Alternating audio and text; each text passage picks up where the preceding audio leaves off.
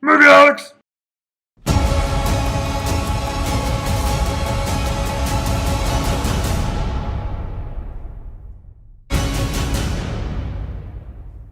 So as I record this, it's 1 o'clock in the morning and I have to be on set in about 3.5 hours. But the fates have aligned and I have been sleeping for the last 8 hours, and this trailer dropped literally so late in the night that as I'm recording this, it only has 50,000 views. So you get a special episode of Trailer Trash.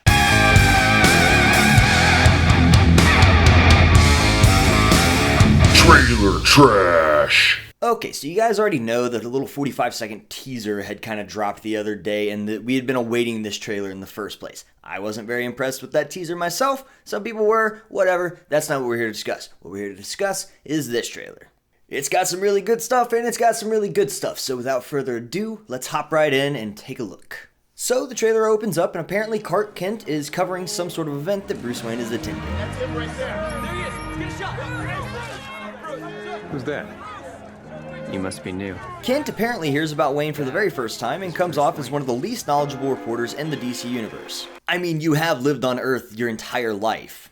Bruce Wayne's been a billionaire that entire time. That'd be like me not knowing who Bill Gates is, okay? The trailer continues on and we get to see two vigilantes debate over whether or not their alter egos are vigilantes. Hate to tell you, Clark, but there's no difference in Superman and Batman when it comes to being a vigilante. The only difference being is your powers come from being an alien and his come from being a billionaire.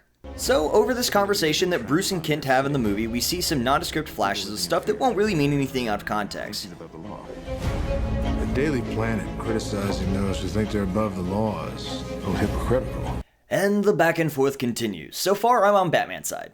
Then we get to see that shot from the very first teaser where Superman saves the rocket ship. Now, I did have a realization as I was filming this. When Superman saves the day, at least the Man of Steel Superman that we've been presented so far, it's usually because of something going on like a rocket ship exploding, or there's a natural disaster, so on and so forth. The only time that I can recall that he's intervened is with Zod and his gang of oafs. So he isn't quite the same as a vigilante in this series, yet at least, but he's still a vigilante. That being said, point to Superman.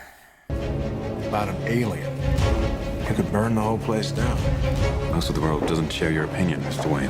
Okay, so this will probably drastically change the way you watch movies from here on out, so I'm going to go ahead and forewarn you that what I'm about to say, it's going to be annoying to you when you watch movies from now on. It really pisses me off when movies don't fix this. You see this reflection in his frames? Notice how the lights are square. A common lighting method in the film industry is to put what they call a softbox over any light that you're using to light your subject.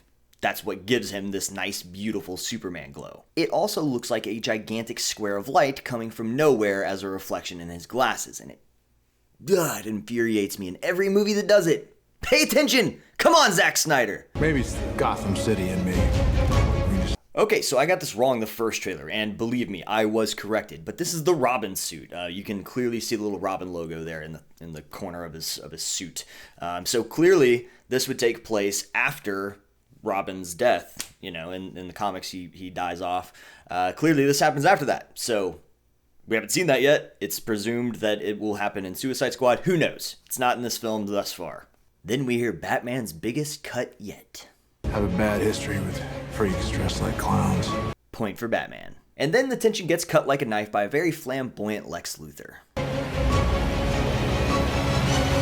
Boys, Bruce Wayne meets Clark Kent. Which I believe to be a facade. Looking back at this trailer as a whole, it really seems to me that Lex Luthor is the giant mastermind, the whole reason why they're fighting in the first place. I love it. I love bringing people together. How are we? Lex? Hi, hello, Lex. It is a pleasure. Ow, wow, that is a good grip. You should not pick a fight with this person. If that ain't foreshadowing, nothing is. Also, side note, and it's really, really minor, but I'm still not digging the hair. I'm just not. I just don't like it. I don't like it at all. I hope it comes off in this film. I really dislike it a lot. I hate it. A lot. So then we get to see some shots that we've already seen. We could speculate about these shots for hours until we're blue in the face, but honestly, they're out of context. We have no idea what they mean. I'm not going to cover it. Moving on. You know the oldest lie in America, Senator? That power can be innocent. I've listened and rewound so many times, I can't understand what he's saying. You know the oldest lie in America, Senator? You know the oldest line in America, Senator? That power can be innocent. Is that power can be sent? That power can be innocent. I'm sorry. I'm sorry. Could you speak up? That power can be innocent. No, sorry, I'm not hearing you. One more time. That power can be innocent. Innocent? Are you saying innocent? That power can be innocent. Who in the hell ever said power was innocent? I'm sorry, are you saying something else? Say it one more time for me. That power can be innocent. Fuck it, moving on. You're gonna go to war. So Alfred doesn't think Bruce should go to war with Superman. That son of a bitch brought the war to us. Okay, so correct me if I'm wrong, but it sounds as though they took a lot of that I don't know, mechanic Megatron voice out of his voice. That first trailer, God, it pissed me off. Sounds like they fixed it here. So it doesn't sound like it's quite there as much. Maybe it is, but it doesn't sound like it is to me. Somebody let me know. So we see some action shots and we hear Alfred say Bruce can't win. The greatest gladiator match in the history of the world. We see some more action shots and we get to hear Lex Luthor geek out over his hard work. We see some really futile attempts at taking Superman out. Son of Krypton versus Bat of Gotham. You're psychotic. That is a 3-syllable word for any thought too big for little minds. And it is in this one sentence that I think that we're going to get the actual performance. I think that this is who the Lex Luthor is. This one line. This is who Lex Luthor is throughout the entire film.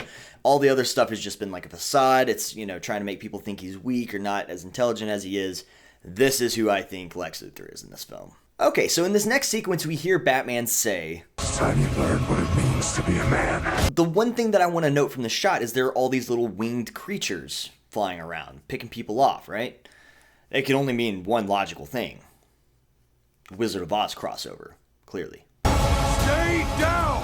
If I wanted it, you'd be dead already. Probably the truest statement made the entire film. If man won't kill God, the devil will do it. Then we get to see the most batshit crazy plot point ever. Luthor wants to turn a dead Zod into a live Doomsday. What have you done?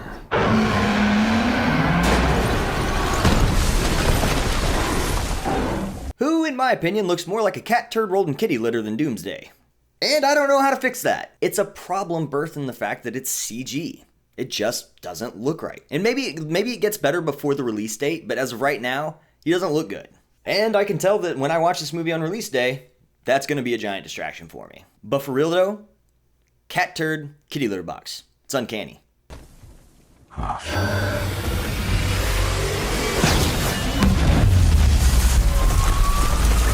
Oh, he's dead. Wait! Saved by Wonder Woman. She with you? I thought she was with you. Ha ha, funny exchange and no one knows who she is. And we end on this admittedly badass shot of the three of them getting ready to throw down. But on second inspection, what the hell does Batman think he's gonna do with his gun against Doomsday?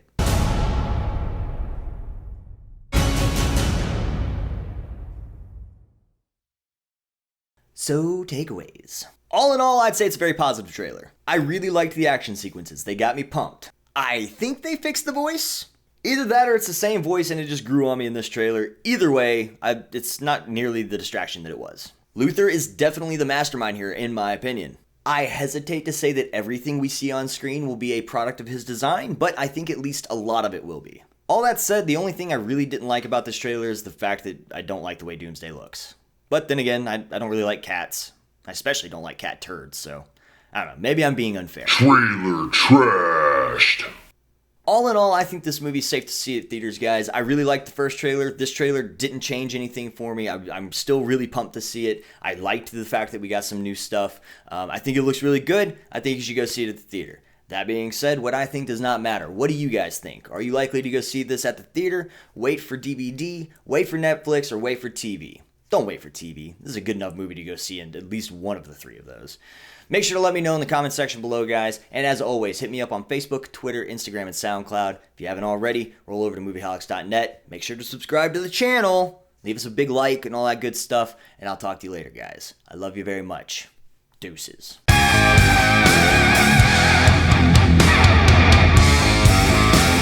Trailer trash.